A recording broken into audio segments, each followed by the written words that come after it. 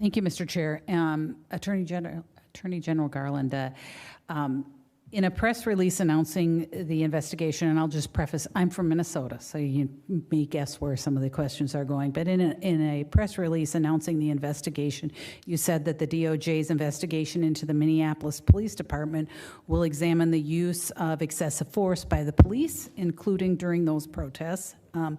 Will you also be investigating the origins of the deadly and destructive riots that ravaged large parts of Minneapolis? So I think these are two separate kinds of investigations. The one of the police department is one under the statute that authorizes us to do pattern or practice of unconstitutional policing. It's done by the Civil Rights Division. That was welcomed, I understand, by the chief and by the mayor, and that's a separate one. The investigations of the riots are undertaken by the U.S. Attorney's Office as well as by the state's attorney. I think it's called state's attorney, and maybe it's a county. State's attorney in Minneapolis, I guess.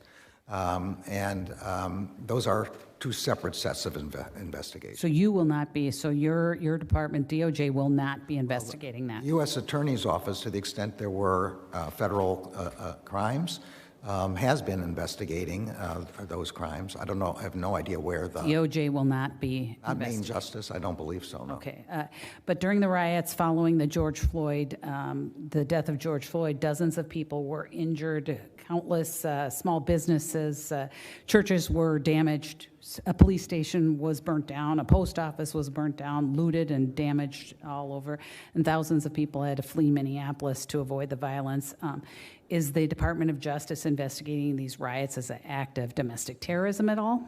So now I think, if I'm understanding correctly, we're talking about 2020.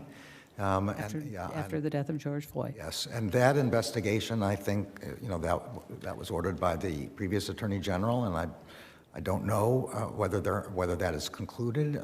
I believe I don't know whether there are any ongoing investigations anymore from that investigation, except for the charges that were made at the time, and those cases are being followed, obviously. Well, and Attorney General Garland, maybe you could get back to me in particular, or the committee on the status of those and what is happening with that. I'd be happy to have my staff get back to yours. Appreciate that. Yeah, and I wanted to focus a little bit on the third police precinct that was burnt down and still has not been rebuilt. Police officers don't even know if they're going to have a job in a few weeks, given the resolution that's in front of the body. They have a resolution, and you're probably not familiar with it, but they don't even know if they're going to have a job because they may be defunding the police in Minneapolis.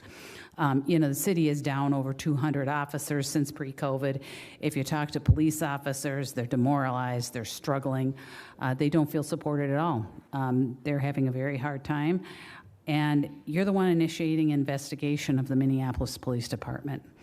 Considering all of the scrutiny that they are under, how do you propose Minneapolis can keep up police officer morale now that they're under investigation and criticism, all of the criticism they're taking as well?